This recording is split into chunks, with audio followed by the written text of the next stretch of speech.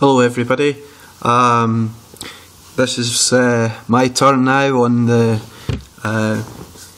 APAC version of the Tableau Fringe Festival. I hope you've enjoyed it so far. Learning a lot, enjoying the other presenters, and I hope you enjoy this as well. Okay, so that being said, a little bit about who I am, I guess. This is my Twitter feed. You can get me on @AllanWalkerIT. I'm this guy on the far right here with my victory sign walking off the stage next to more than colleagues and fellow Zen masters, Matt Francis and Anya Ahern and Tamas Folde. And there's just so many of these people that are fantastic folk to collaborate with and work with, and yeah, it's been a tremendous 4 years so far as a Tableau Zen master. So I work for Slalom in their San Francisco office. We do a lot of work with Tableau. We're a partner with Tableau. This is what I do in my spare time. Very much with Tableau involved, and Alteryx and Mapbox. I love maps. It's a organisation called Path, and we're engaged with them as partners and volunteers through the Tableau Foundation, and we're trying to predict malaria. We again using some mapping, and please get involved if you have spare time to go trace some buildings. It'd be really appreciated. You can just go to the link here and you'll see we've got a little bit of work to do to finish this thing up. Hoping to get it done by the conference. There's just a couple of tiles left there. It's been a fantastic exercise, and I'd really recommend anybody to get involved and make a difference in helping the Path team and the Zambian government to eradicate malaria once and for all. So this is my website. As you can see, it's very Tableau heavy. The polar clock here that you see uses the JavaScript API. I'll take no credit for doing the Tableau piece in here. This was done by a colleague and great friend of mine, Chris DiMartini. He works over at Visa, and he's part of the Tableau crew. I've done some of my old work here. This is all the commutes in England and Wales for a year. As you can see, I love my maps. This is all the taxis in a single day in New York City. Also done a bit of work on Great Arcs. This is using Chris DiMartini's technique again to look at migration patterns. This is all the world's aircraft. Pretty cool. Again, using Tableau to visualize huge amounts of data. We also have our War Games piece that we did again in collaboration with Datablick and my friend Jeffrey Schaefer as well. And then I come onto my blog.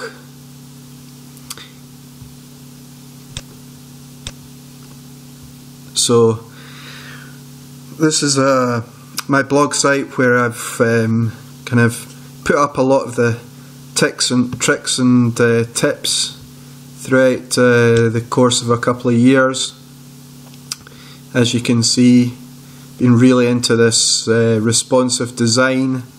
You can flick through here and grab some ideas, and there's snippets of code that you can use, and we'll be using some of that today in the app that we're going to take a look at.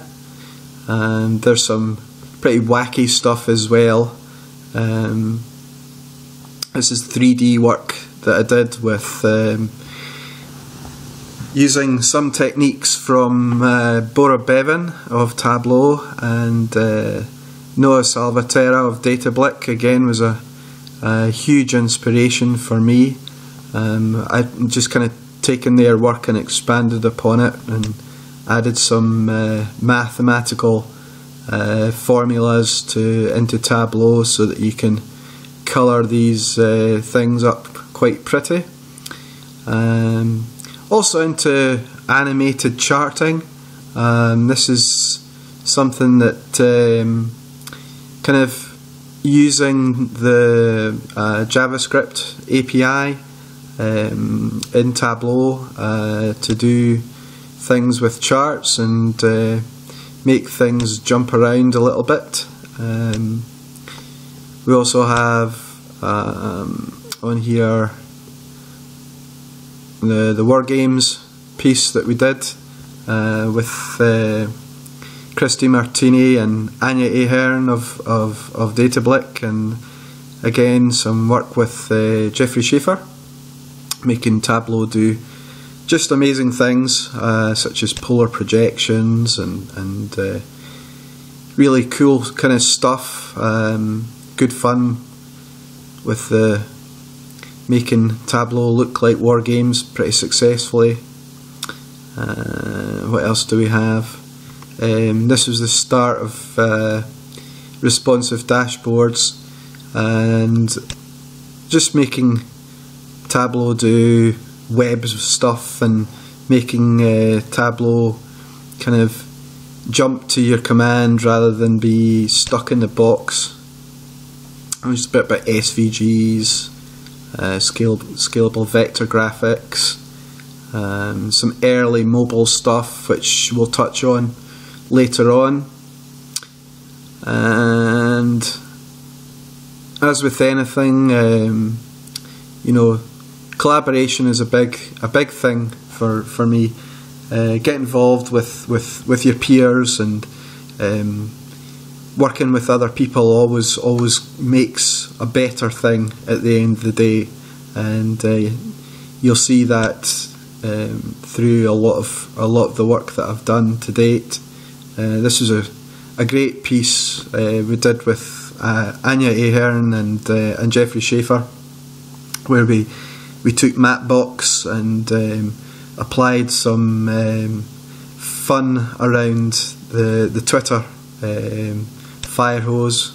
Really kind of cool stuff. Then we have a piece about flow maps and kind of really pushing Tableau. This is where the UK commutes piece came out.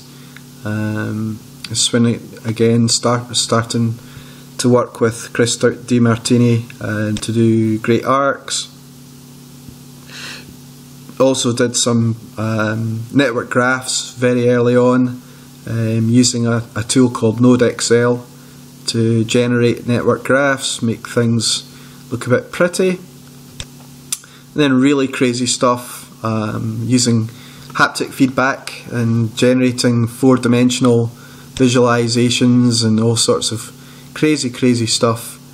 Then we're getting into some fun piece using gesture control. That was very much some good fun at the Tapestry conference. Here's all my mapping kind of stuff. So we wanted to start to look at alternative map backgrounds for Tableau. All the files are there, just click on them, download them, put them into Tableau, gives you some new files, and this was the start of my work for the Tableau Foundation, predicting Ebola. This is when the outbreak happened, and we had a lot of data to pull through. Anya Hearn again built her normal beautiful looking dashboards, and I started doing my mapping work and seeing how far we could take that. And this was the first time we really started to collaborate with Mapbox to produce cell tower location coverage in the areas. This is some early work looking at all the taxi trips. Again, pretty cool stuff. And there's a whole list, so I try to be quite verbose about what I'm doing so that you can follow on. And this was a piece that we did with Anya Hearn, again, looking at nearest neighbour techniques and all that sort of good stuff to tease out the data. This was another fun piece here. We did. I found out that basically a lot of the taxis in New York weren't taking necessarily the quickest route when they were on their trips through Manhattan, and it was really kind of interesting, different way of using Tableau at the time, and seeing how far we can push things. And then the flight stuff that I did to kind of really push the 64-bit version of Tableau when it came out. I think it was version 8.2. Again, very verbose how it actually works, and how to start generating animations, and how to join kind of geographical data up with, you know, the normal kind of charts that you see in business intelligence. And yeah, that's kind of the early stuff. So it's kind of all leading up to what do we want to actually achieve with Tableau these days.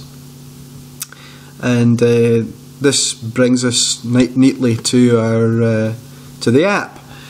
So why would I bother? So normally in Tableau you would have your dashboard, and you would drag your worksheets onto it and come up with something that kind of looks like this. The problem is that, you know, it's only ever going to be so flexible, even if you set your dashboard to an automatic size. It's going to shrink up to a point, and then it basically becomes difficult to use. People have kind of started to use device-specific dashboarding to kind of come to a mobile app kind of piece, except they're building tall and skinny dashboards, and they're not going to look good on a desktop. And as for scaling, you know, when you're with a big client and at the enterprise level, and they have a plethora of devices, you know, Android and iPhone and iPads and Microsoft Surface Pros, and just, you know, your traditional kind of laptop, then your desktop, and all these different sizes, and how do you go about building for that kind of scenario? And this is a way that I think can help. This is a very simple kind of use case that I think is fairly common. People want to see their key performance indicators. They want to break it down by their important segments like customers or suppliers, and really see their data all in one place, regardless of the platform that they're on or the browser that they're on, whether they're using Chrome or Internet Explorer or Firefox or Opera or Safari, and again, you know, there's just so many platforms out there that it's difficult to think about how to design for all of these. How is it going to work in a fluid kind of manner? Well, responsive web design has been around for quite a while now, and in fact it's getting easier all the time to develop with it. If you use Bootstrap, for example, it's responsive kind of straight out the gate, but this means that there's a thing that most Tableau people, I guess, don't really want to get into, and that's the learning curve of coding, because there's no getting around this. If you want to build something that's going to fit everything, you're going to have to do a little bit of code right now to make something that fits everything. So here's the start of that kind of piece. As you can see, this is obviously the desktop size, and with the desktop it allows me to do quite a lot. I can see a lot on my screen. I've got plenty screen space. I can view all my charts, not a problem. The pieces though, you know, how do I navigate around this? How do I filter the data in such a way that's meaningful for me? I had a good play around. My fellow Zen master Andy Kriebel is kind of famous for his donut charts that he built a while back. If you don't think it's famous, then this is all you need to do. Viz bi donut chart Tableau. Here we go. Here's the top hit. So you can see Andy there, and here's his method for creating donuts, and I did exactly that. But you won't see them in my app dashboard here. It's hiding, and what I've done is I've actually put in a little slider button right here, and there it is. Here's the Andy Kriebel donut chart. But what I've done is I've segmented this dashboard by region, and we can go ahead and click on the central there, and the charts will change. You can click on the east section, the south section, and the west section there. And importantly, I can also go back to my start. I can click on the all button, and there you go. There's the start button.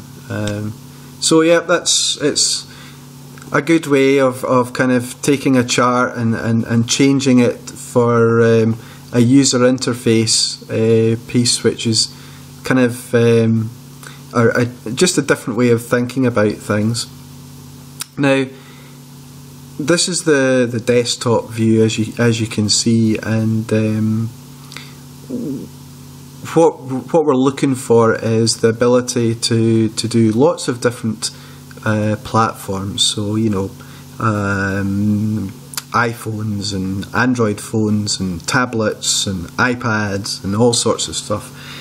So when I'm coding in CSS and HTML and JavaScript and all these good things, I need to be able to test the output, you know, in some way. And I use this great site. It's called Responsinator, and what it does is it gives you a preview of what your application looks like on different devices. So here's the iPhone 5, for example, and this is what it looks like in landscape, and this is what it looks like in on an iPhone 6, and the landscape there, and here's the 6S maybe, and here's the Nexus 4 Android phone and the landscape version. Here's the iPad in portrait, and here's the iPad in landscape. Now you might have noticed that there's some subtle changes in the different platforms. So for example, in this iPad landscape here, very similar to the desktop, you've got the slider there that comes out with the same Andy Kriebel donut piece, but when you come up to the Android 4 here, you'll notice a couple of the buttons have changed, and the Tableau logo has got a little bit smaller. See, you know, here's the full logo, and the buttons, the UI have changed when I open my slider up here, and there was a call earlier on that something from Matt Chambers, who's a Zen master this year. He wanted the ability to kind of return to the top. So if you'd build a mobile dashboard, how do I, you know, scroll down all the way to the bottom of a list of visualizations and charts? How do I quickly get back up to the top? So I built this little button, which zooms my screen back to the top, which is kind of nifty. But I don't need to show it on my desktop or my iPad landscape, because you can see everything, so it doesn't need to be there. The other thing that Matt Chambers wanted was, how do I quickly go down to a different section of my dashboard?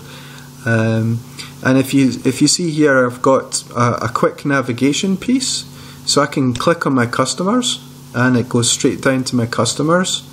If I go back up, I can click on suppliers and it takes me down to my suppliers chart. So that was a nice little touch, and I enjoyed kind of coding that up, and you know, showing that if you want these kind of functionality, then it's a good thing to go and learn some code, learn some basic JavaScript. 9 times out of 10 somebody has done it before you have, and you can literally, you know, here's what I do if I don't know how to do it myself. I simply go on Stack Overflow,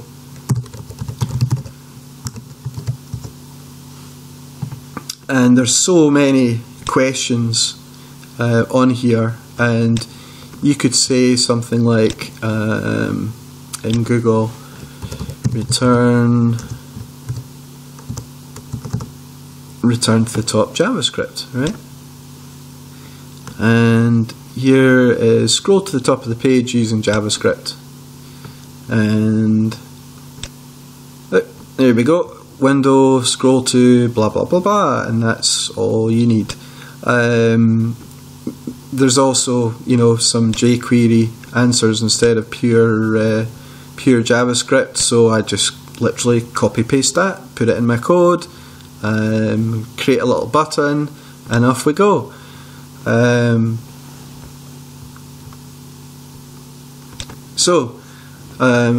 What do I mean by responsive? So you've seen the Responsinator and how it fits to all these other platforms, but if I just resize my browser very quickly here, you'll kind of see what's going on. So as we get closer and closer, you'll see that the button will start to disappear on the bottom quite soon. There we go, and the charts have changed. So now we've got our quick nav, and we've got our return to the top button, and we have the suppliers. We can go back again, and look, the UI has changed slightly. I can change to the central, or I can go to change the east. I can segment it by the south region. I can go back to my all, and this is all being driven from a slider in JavaScript that will pop out. So we can come back like that, and when I return, you'll see my return to the top button has disappeared, and my quick navigation button has disappeared as well. So what I'm using is media queries, and they basically give you the maximum screen width, and you can change your styles based on that media query. So that all being said, I think it's time, with 30 minutes gone, to start diving into the code a little bit. I'm going to just open a tab called the page source. I'd really encourage everybody to right click and view page source of some websites just to see how they hang together. There's some basic HTML stuff in here if you're familiar with HTML. If you're not, this is what I would highly recommend you do, is basically copy it all, or select it all, copy it, bring up a text editor, paste it into your text editor, do file, save as, click on all files, and then call it my amazing app.html, and save that off to your desktop. Then you've got a local copy that you can edit, and you can test it out by opening it. I don't know, you can use Microsoft Edge or Google Chrome or something, and look at that, here's the local version. So you can start hacking away and making it do things that you want to do it yourself. Anyway, so let's go kind of top down from the start. How does this hang together? How does it work from a coding perspective, or like almost a code review? You'll notice that in my code, what I try and do is comment it out. This is something that I would really strongly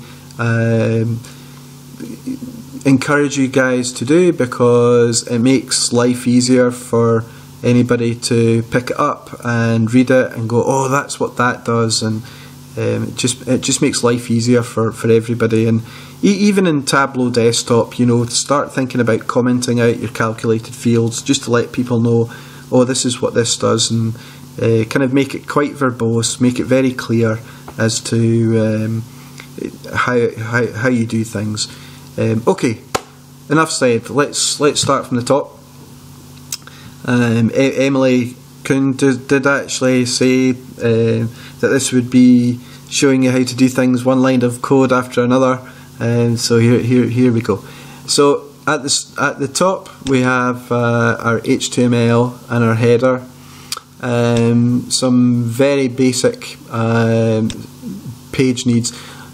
What this kind of does is a couple of things.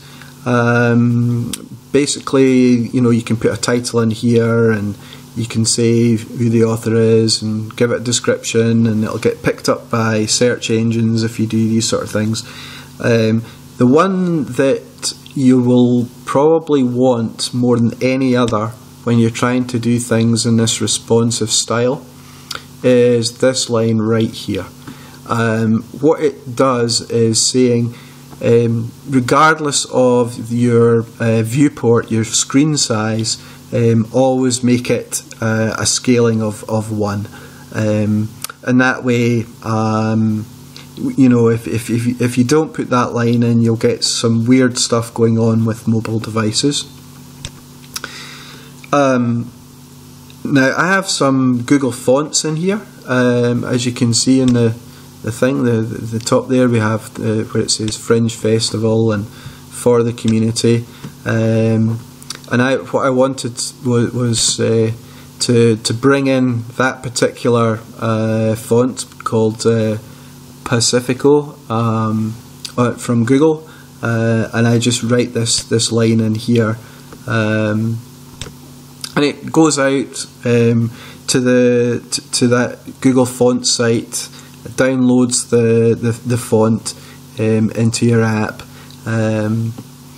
The normalize CSS is a good idea. Basically, what it does is exactly what its name infers. It doesn't matter if it's Firefox or Chrome or whatever. The CSS is a kind of like a common language when you use that library. So we're going to be using the Tableau JavaScript API. This is the script to get you that. We are using the Tableau Public server to do this, so it makes good sense just to use the same JavaScript as the example. Really good stuff. There's just so many examples out there now of the JavaScript API. The Tableau tutorial is fabulous. I'm going to do a quick shout out to Russell Christopher.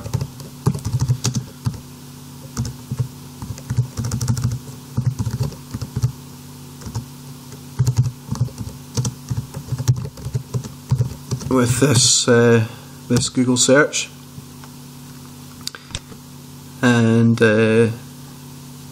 this is a terrific example of how the JavaScript API works, and it's really good to kind of get into this from a web perspective, and there's so many examples here. I mean, Russell was just ace for doing this. This is really how I got into doing it, I have to tell you. Anyway, back to that. Also, I'm going to use a bit of Jquery. Jquery lets you do just a ton of stuff with JavaScript.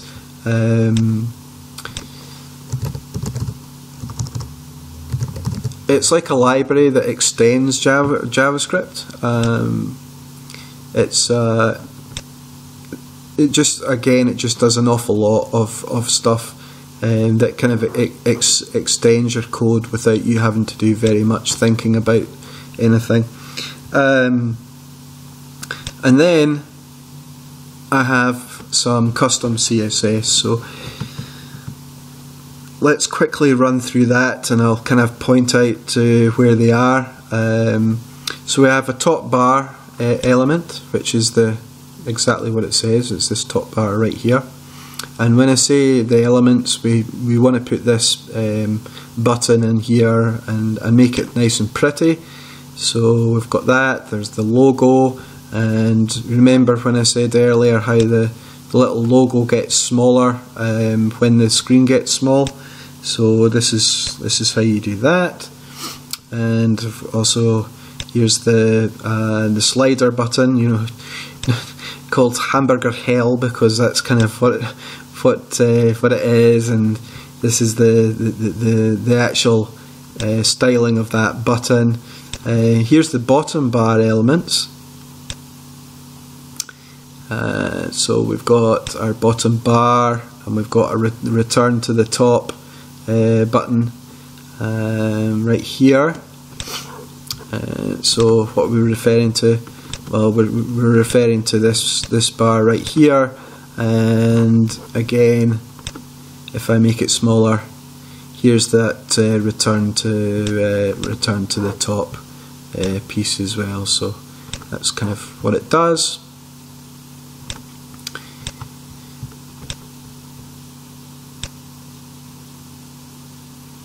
And here's the big stuff, right? So what we're doing is we're putting everything into a container from our body. We have 3 columns. We have a 10%. We're floating stuff in the middle of a main piece, and then in that main piece we have 3 responsive columns. Okay, as you can see here, when I make everything smaller, I have 1, 2, 3 columns, and you can see these are resizing when I drag my browser across like this. Now I use this responsive grid system. It's very easy. You simply generate the code. I would have picked 3 columns like this. I don't want any margin, and I click on calculate, and there's my code. I simply copy and paste this, and you can see here I've just copied and pasted it right in here.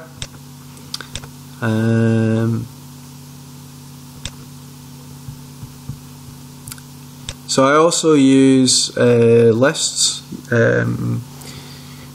These are how, rather than generating rows, what I've done is I've generated lists. So this is 1 UL, 2 UL, 3 UL, and this is list item 1, list item 2, list item 3, list item 4, and so on and so forth. And you'll see that more in the HTML in a second. And then the rest really is the slider, what's going on inside the slider, and then there's the Tableau piece itself, which is, you know, there's some headers that are going on. So for example, these headers here aren't Tableau titles, they're actually some text in the HTML, and they've got some styling around them. And as you'll notice, even though I'm using Tableau Public, I don't have the banner at the bottom, that because otherwise I'd end up with 10 banners, which would look pretty unsightly. So that leads me to another thing.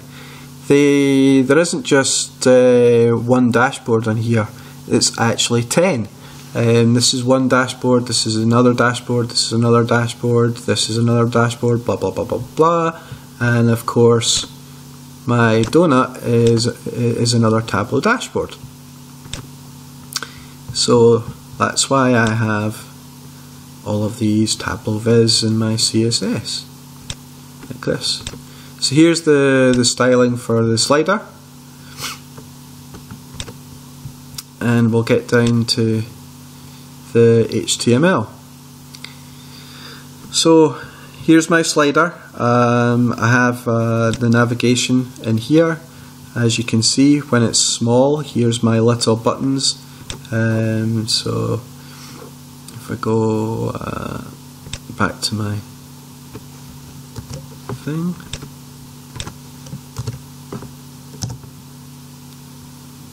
and open up the slider,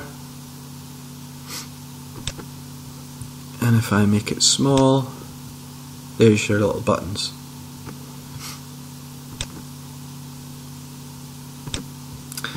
And then underneath that I have my Andy Kriebel donut UI, which is right here, and that only shows or hides using this piece right here. Here's my top bar that you see in the divs, and my container, and here's the lists that I spoke about, and inside each list here's my Tableau viz, like this. And I did say about the headers were just pure text.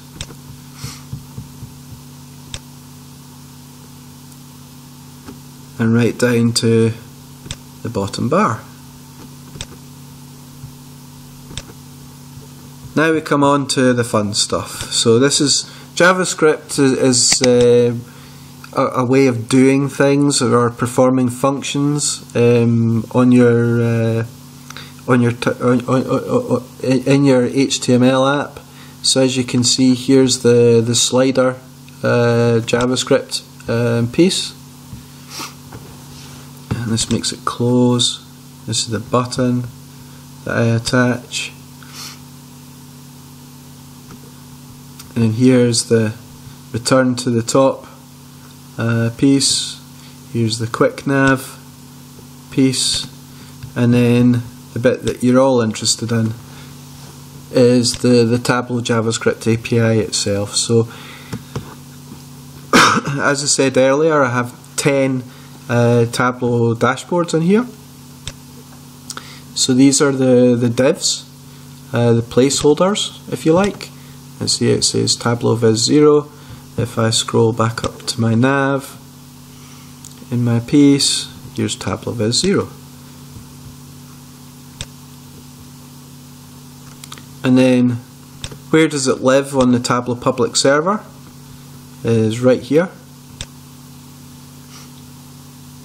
Same workbook, just different dashboards. And then I have my URL parameters. These are important because you can do things with it, so I don't want the spinner to display, for example, and I don't want that grey flashing bar, so I use this Animate Transition piece as well. Then I set up my sizes, so I say make it 100% of the width and the height every time, regardless of the size of my div. I then initialize my visualizations when it starts, and here are my parameters that makes the buttons do stuff. So these are the little buttons for the mobile, and then finally the tricky stuff for Andy's donut. What I do is I set up an event listener, and then when I click on something, it takes the variable and passes the variable into the script. So that being said, let's go back one time, see this thing in action, because that's what it's all about. The last thing that I'll do is we'll show you the Tableau Workbook. very quickly.